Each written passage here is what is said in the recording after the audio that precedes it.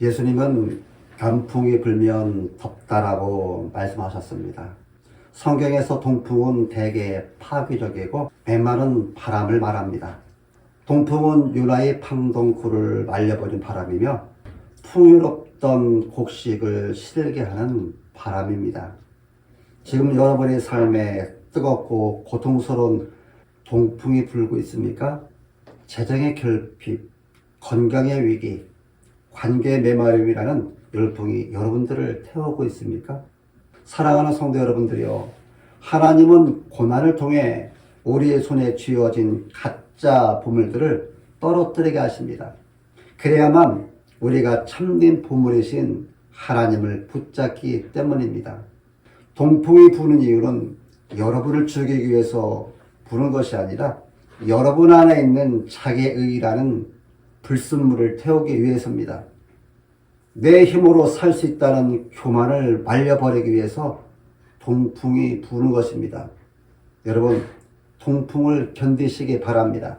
그 뜨거운 바람 속에서 하나님, 저는 아무것도 아닙니다.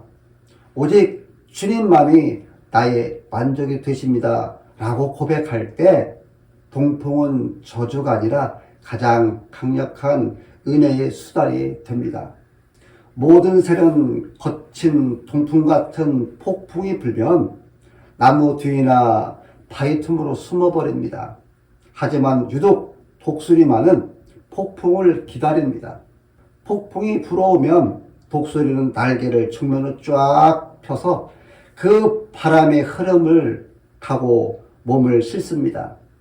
독수리는 자신의 힘으로 날개짓을 해서 올라가는 것이 아니라 자신을 괴롭히는 그 무서운 폭풍의 기류를 이용하여 구름이 태양의 고도까지 단술에 치솟아 오릅니다. 성도 여러분, 여러분에게 불어오는 고난의 동풍은 여러분을 추락시키는 것이 아닙니다. 하나님은 그 바람을 통해 여러분의 영적 날개를 펴게 하시고 세상이 알 수 없는 하나님의 임재라는 고도에 여러분들을 인도하십니다. 바람의 방향을 보며 두려워하지 말고 날개를 펴고 하나님을 신뢰하시길 바랍니다. 폭풍 위에는 항상 변함없는 하나님의 영광이 빛나고 있습니다. 사랑하는 여러분들이요, 오늘 주님은 우리를 향해 의식하는 자여라고 매우 충격적이고 아픈 진단을 내리십니다. 주님은 왜 이토록 분노 섞인 책망을 하실까요? 그것은 우리가 세상의 이론에는 우리가 밝지만 하나님의 사인에는 무지하기 때문입니다. 여러분은 오늘 아침 스마트폰이나 TV로 일기예보를 확인하셨을 것입니다. 구름이 서쪽에서 올라오면 비가 오겠구나. 우산을 챙깁니다. 뜨거운 남풍이 불면 오늘은 날씨가 덥겠구나 하며 옷차림을 가볍게 합니다. 우리는 내일의 날씨, 주식의 흐름, 부동산의 전망에는 전체적인 감각을 발휘합니다. 이것이 우리의 살아가는 생존의 방식입니다. 그러나 주님은 묻고 계십니다. 너희 영혼에 불어닥치는 하나님의 바람을 왜 읽지 못하느냐? 하나님은 우리의 삶에서 수만 가지 일을 행하시지만 우리는 현재 겪고 있는 육체적, 심리적 고통과 내 뜻대로 되지 않는 상황의 불편함과 미래에 대한 불안과 두려움이라는 세 가지만 바라보며 하나님이 아무 일도 안 하신다고 불평합니다.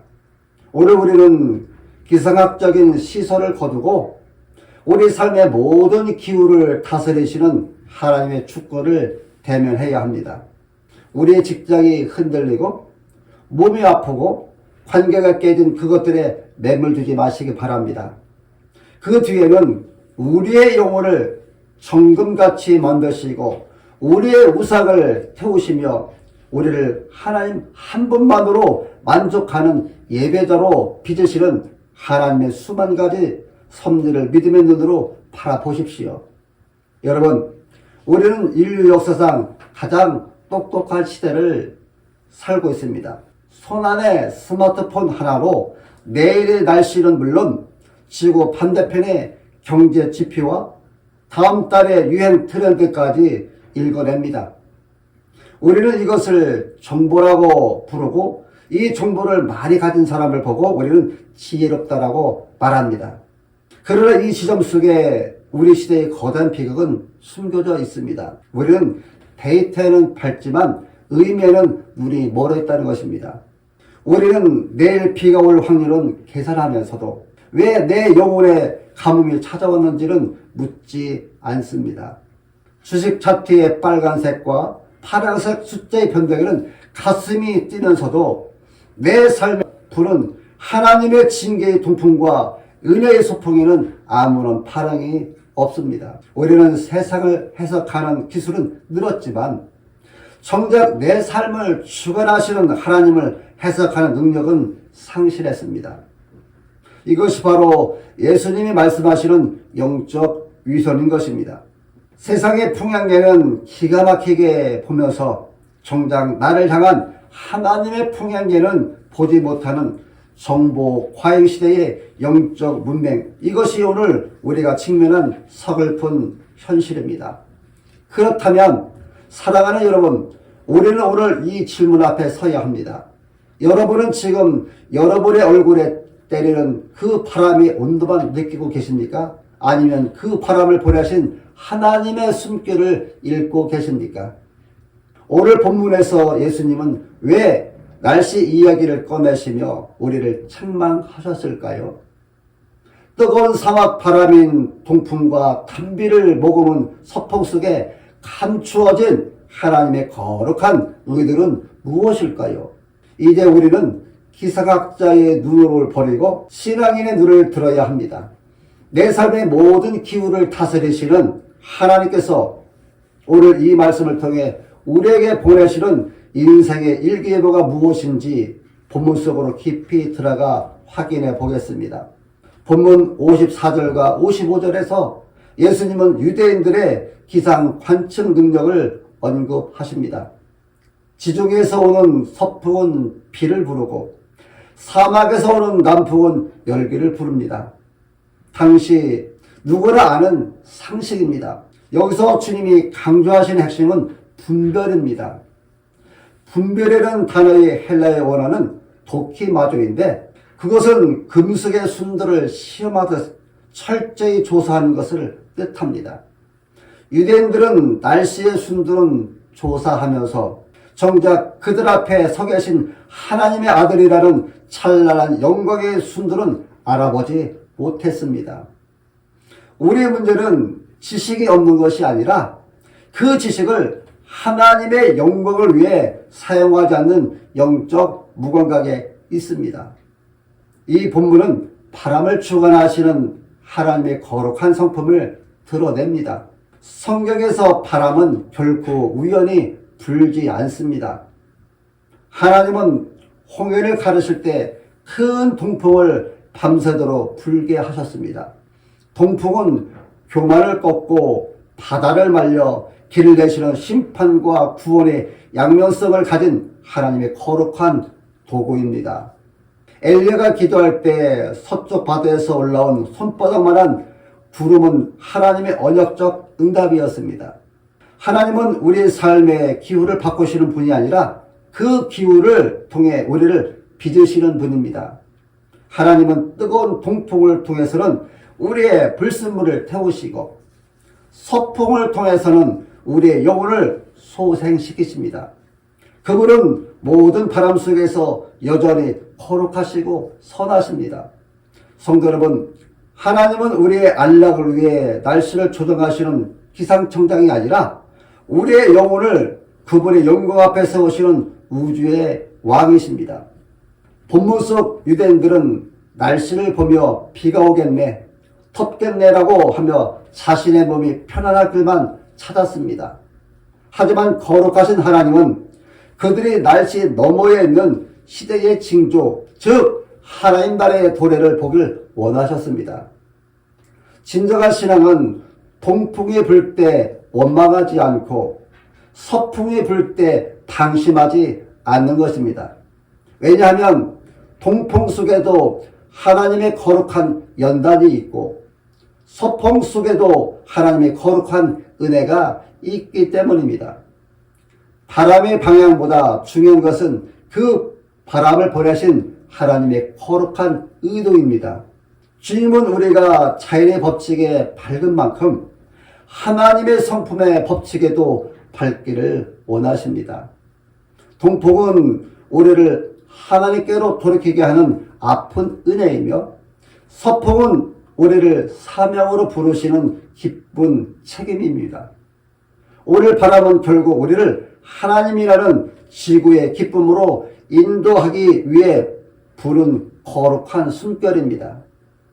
성도 여러분, 여기서 지구의 기쁨이란 한자어 뜻대로 풀이하면 더할 나위 없이 높고 가장 으뜸인 기쁨을 의미합니다. 단순히 기분이 좋은 상태를 말하는 것이 아니라 그것은 내 인생에 뜨거운 모래바람이 불어 내 가진 모든 것이 사라진다 해도 내게는 여전히 하나님의 계시니 그것으로 충분합니다라고 고백할 때 터져나오는 깊고 높은 영혼의 만족입니다. 하나님은 우리에게 좋은 날씨를 주시기보다 어떤 날씨 속에서도 하나님 한 분만으로 행복하여지는 이 지구의 기쁨을 가르쳐 주길 원하십니다. 우리가 영적 기류를 분별하지 못하는 가장 큰 이유는 우리의 모든 감각이 나의 안락함에 고정되어 있기 때문입니다. 유대인들이 서풍과 남풍을 분별했던 이유는 오직 하나였습니다. 내가 오늘 비를 맞을 것인가? 아니면 더위 속에서 고생할 것인가? 그들의 관심은 하나님의 영광이 아니라 자신의 편안함에 있었습니다. 오늘날 우리의 딜레마도 같습니다. 우리는 하나님의 뜻을 묻는다고 말하지만 사실은 내 계획이 차질 없이 실행될지에 대해서 묻고 있습니다. 고난이라는 동풍이 불면 우리는 왜 나를 힘들게 하시냐고 하나님께 항변합니다. 왜냐하면 내 안락함이 깨지는 것을 견디지 못하는 자기의 숭배에 빠져 있기 때문입니다. 감사하고 영광을 돌리는 그런 삶을 살아야 되는데 우리는 자기 숭배에 빠져 살고 있다는 것입니다. 은혜라는 서풍이 불면 우리는 내 권리라고 생각합니다. 하나님의 은혜를 감사하고 영광을 돌리기보다 내 삶이 더 편해진 것에만 안주합니다. 우리는 세상을 분석하는 데는 전문가이지만 예배하는 데는 무능합니다. 이것이 현대 청중의 내면적 맥락인 것입니다. 우리는 기상도와 차트와 통계를 분석하며 미래를 통제할 수 있다는 환상에 빠져 있습니다. 내가 바람의 방향을 알면 내 인생을 제어할 수 있다고 믿는 지적 교만이 우리를 가로막고 있습니다. 우리는 날씨를 보며 우산을 준비하듯 내 힘으로 인생의 비를 피할 수 있다고 생각합니다. 그 결과 바람을 다스리시는 하나님 앞에 엎드리기보다 바람을 이용해 보려는 영적 기술자가 되어버렸습니다. 이것이 주님이 우리를 향해 위식하는 자여 위선자라고 부르시는 진짜 이유입니다.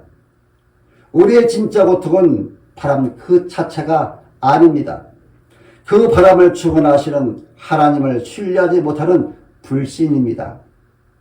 동풍이 불어 닥칠 때 우리는 그 바람을 멈추려 온갖 노력을 다하지만 정작 그 바람을 통해 우리를 낮추시는 하나님의 손길은 보지 못합니다. 하나님을 영원하게 함으로써 얻는 기쁨보다 환경의 평안함이 주는 기쁨을 더 크게 여기는 한 우리는 결코 시대를 분별할 수 없습니다. 우리는 날씨를 맞추는 똑똑한 주인이 되었지만 하나님을 배면하는 어리석은 예배자가 되기는 거부합니다. 이것이 오늘 우리 삶에 부른 바람 속에서 우리가 길을 잃은 진짜 이유입니다. 그렇다면 이 지독한 자기 중심성과 영적 무지에서 벗어날 길은 어디에 있을까요? 어떻게 해야 우리는 그 내 안락함을 위한 일기예보가 아니라 하나님의 영광을 위한 영적 분별력을 가질 수 있을까요? 우리에게 있는 자기 중심성이라는 이 딜레마를 해결할 힘은 우리에게 없습니다. 우리는 스스로 영적 눈을 뜰 수 없습니다. 그래서 하나님은 우리에게 복음이신 예수님을 보내셨습니다. 제자들이 갈릴리 바다에서 광풍을 만나 죽어갈 때 그들은 바람의 속도와 배의 파손 정도를 계산하며 절망했습니다. 그러나 그 풍랑 위에 누가 서 계셨습니까? 바람과 바다를 꾸짖어 참담케 하시는 믿음의 주제이신 예수 그리스도가 서 계셨습니다. 복음적 해결책은 바람의 방향을 바꾸는 기술을 배우는 것이 아니라 어떤 바람 속에서도 배 안에 함께 계신 주님을 발견하는 것입니다. 주님은 우리의 안락을 위해 바람을 없애주는 분이 아니라 바람 속에서 우리를 하나님 한 분만으로 만족하게 하시는 지구의 기쁨이 되십니다. 인류 역사상 가장 혹독하고 뜨거운 심판의 동풍이 불었던 곳이 있습니다. 바로 갈보리 십자가입니다. 주일은 우리가 맞이할 하나님의 진노라는 열풍을 예수님이 대신 맞으셨습니다. 그분이 십자가에서 내가 목마르다고 하신 것은 우리가 영원히 겪어야 할 동풍의 메마름을 그분이 대신 겪으셨음을 의미합니다. 그 뜨거운 심판의 바람이 예수님을 관통했기에 오늘 우리에게는 성령의 담비라는 은혜의 서풍이 불어오게 된 것입니다. 이제 우리는 십자가라는 렌즈를 통해서만 우리의 삶의 바람을 제대로 해석할 수 있습니다. 여러분의 인생에 지금 어떤 바람이 불고 있습니까? 만일 동풍 속에 있다면 그것은 여러분을 죽이려는 바람이 아니라 여러분을 살리려는 하나님의 아픈 사랑입니다. 여러분의 우상을 태우고 오직 하나님께로만 피해라는 초청입니다. 또한 서풍 속에 있다면 그것은 여러분을 배부르게 하려는 바람만이 아닙니다. 그 은혜의 비로 하나님 나라의 열매를 맺으라는 사명의 부름입니다. 성도는 바람을 피하는 사람이 아니라 독수리처럼 바람을 이용해 하나님께 더 가까이 나아가는 항해자입니다. 바람의 방향을 원망하지 마시고 바람의 주인이신 주님을 신뢰하시기 바랍니다. 구약에서 바람은 하나님의 권능과 임재의 상징이었습니다. 시편 기자는 바람을 자기 사신으로 삼으시는 분은 하나님을 찬양했습니다. 그런데 오늘 본문에 서 계신 예수님은 단순히 날씨 분석가가 아닙니다. 그분은 말씀 한마디로 갈릴리의 광풍을 참담케 하셨던 바람의 창조주가 되십니다. 인간은 날씨를 보면 대비할 뿐이지만 예수님은 날씨를 통치하십니다. 성경의 주제는 하나님의 통치는 바로 이 예수 그리스도 안에서 완성된다고 말합니다. 우리가 시대를 분별하지 못하는 근본적인 문제는 우리가 쥐이 되어 바람을 피하려 하기 때문입니다. 예수님은 친히 바람의 주인이 되어 우리 앞에 서심으로 우리가 더 이상 환경의 노예가 아니라 통치자 그리스도 보호 아래 있는 자녀임을 확인시켜 주십니다. 우리는 모두 영적인 위선자이며 하나님보다 내 안락함을 더 살아가는 죄인들입니다. 원래 우리 인생에는 영원한 멸망의 뜨거운 동풍이 불어닥쳐야 마땅했지만 하나님은 그 혹독한 동풍을 우리에게 보내지 아니하시고 독생자 예수 그리스도에게 쏟아 부으셨습니다. 갈보리 언덕 위에서 예수님은 인류 역사상 가장 뜨겁고 고통스러운 진노의 열풍을 온몸으로 맞으셨습니다.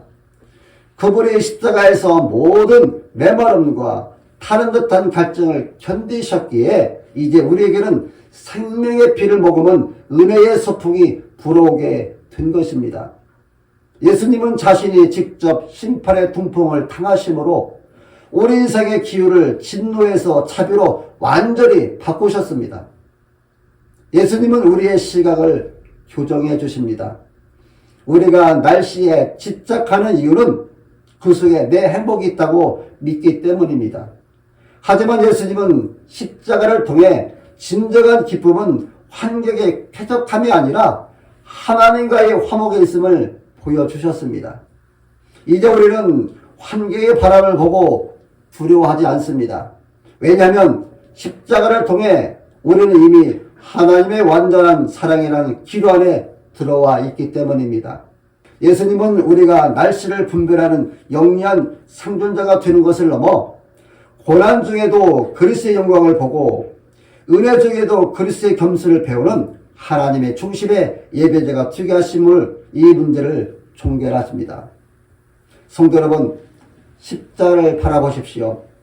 여러분이 두려워하는 그 뜨거운 풍풍은 이미 2000년 전 골고다에서 예수님을 태웠습니다. 이제 여러분에게 부는 바람은 여러분을 망하게 하는 심판의 바람이 아니라 여러분을 그리스도께로 더 가까이 밀어붙이는 사랑의 바람입니다.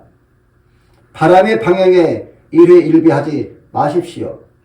바람을 뚫고 십자가의 길을 걸어가신 예수 그리스도께 시선을 고정하십시오. 그분 안에 있을 때 동풍은 찬송이 되고 서풍은 사명에 들 것입니다. 우리가 예수 그리스도의 십자가를 통과하여 이제 새로운 피조물이 되었다면 우리 삶의 풍경에는 세상과 달라야 합니다.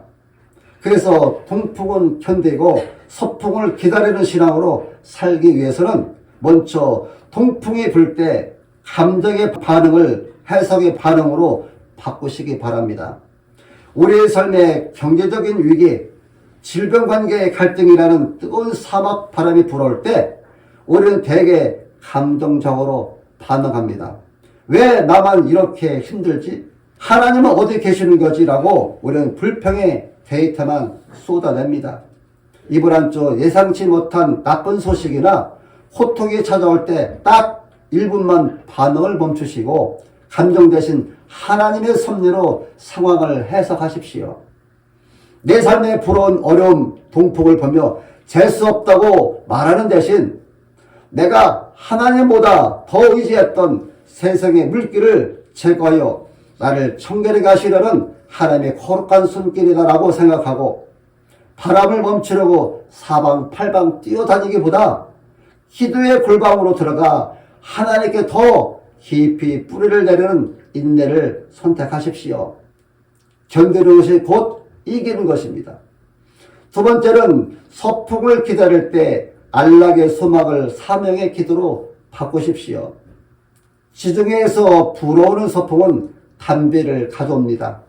우리는 흔히 문제가 해결되고 돈이 벌리고 몸이 나아지는 것을 안락함의 기회로만 여깁니다. 하지만 성도의 분별력은 다릅니다. 지금 고난 중에 있다면 단순히 이 고통이 끝내게 해주세요라고 기도하지 마십시오. 주님 곧 보내실 은혜의 비를 담을 그릇을 준비하게 해달라고 기도하시기 바랍니다. 서풍을 기다리는 사람은 운이 좋았다고 말하는 대신 오늘 말씀의 씨앗을 준비합니다.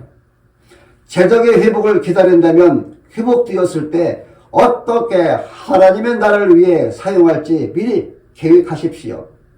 건강의 회복을 기다린다면 그 건강으로 어떤 봉사를 할지 꿈꾸십시오. 비가 내린 뒤에 씨를 찾으면 늦습니다. 서풍을 기다리는 신앙은 비가 오기 전에 씨를 준비하고 밭을 가는 성실함에 있습니다. 세 번째로 영적 풍향기를 고정하십시오. 기분이 아닌 약속을 따르시기 바랍니다. 세상의 풍향기는 기분과 여론과 이런 것에 따라 흔들립니다. 그러나 새로운 피조물인 우리의 풍향기는 오직 그리스도의 십자가라는 북극 속에 고정되어야 합니다. 매일 아침 스마트폰 뉴스보다 하나님의 영적 기상도인 성경을 먼저 펼치시기 바랍니다. 월요일 아침 출근길에 오늘 내 인생의 날씨가 어떨까 걱정하는 대신에 오늘 어떤 바람이 불든 나는 내 안에 계신 예수님으로 인해 가장 행복한 사람이라고 선포하며 시작하시기 바랍니다. 나에게 이익이 되는 방향으로 움직이는 것이 아니라 하나님의 영광이 드러나는 방향으로 인생의 닻을 조정하시기 바랍니다. 그것이 시대를 분별하는 가장 실제적인 지혜인 것입니다. 사랑하는 성도 여러분, 이제 세상으로 나가십시오. 내일부터 여러분의 얼굴에 뜨거운 동풍이 닿을 수도 있고 시원한 서풍의 징조가 보일 수도 있습니다. 기억하십시오. 바람의 온도보다 중요한 것은 그 바람을 보내신 아버지의 마음입니다. 동풍 속에서 여러분의 우상을 태우시고 서풍 속에서 여러분의 사명을 꽃피우실 하나님을 신뢰하십시오. 어떤 바람이 불어도 여러분은 안전합니다. 만물의 주권자이신 예수 그리스도가 바로 여러분의 배에 함께 타고 계시기 때문입니다. 미얀마 선교의 개척자인 아도느람 저도슨이란 분은 선교지에 도착한 후 무려 7년 동안 단 한 명의 개종자도 얻지 못했습니다. 뜨거운 통풍만이 부는 사막 같은 시간이었고 그는 감옥에 갇혀 모든 고문을 당하였습니다. 친구로부터 선교의 전망이 어떠냐는 편지를 왔을 적에 그는 하나님의 약속만큼은 아주 밝다고 답을 보냈습니다. 여러분, 그는 눈앞의 날씨, 눈앞의 상황을 본 것이 아니라 하나님의 약속이라는 서쪽 하늘의 구름을 보았던 것입니다. 결국 7년 만에 첫 번째 세례교인이 나왔고 그가 죽을 때 미얀마에는 수많은 근수의 단비와 같은 은혜를 누리게 되었다는 것입니다. 여러분은 지금 무엇을 전망하고 계십니까? 상황의 지표입니까? 아니면 하나님의 약속입니까? 시대를 분별하는 사람은 눈에 보이는 매번함에 속지 않습니다. 저도슨처럼 하나님의 약속만큼이나 밝다고 선포하며 은혜의 서풍을 기다리는 사람입니다. 하나님은 반드시 그분의 때에 구원의 담배를 쏟아 부어 주실 것입니다. 이제 말씀을 맺습니다. 오늘 예배가 끝나고 나가는 여러분의 얼굴에 어떤 바람이 닿을지 모릅니다. 그러나 이것 하나는 분명합니다. 그 바람에 축구한 자는 우리 하나님 아버지이십니다. 그 하나님으로 인해 가장 기뻐하고 만족하는 한 주가 되시기를 예수님의 이름으로 축원합니다.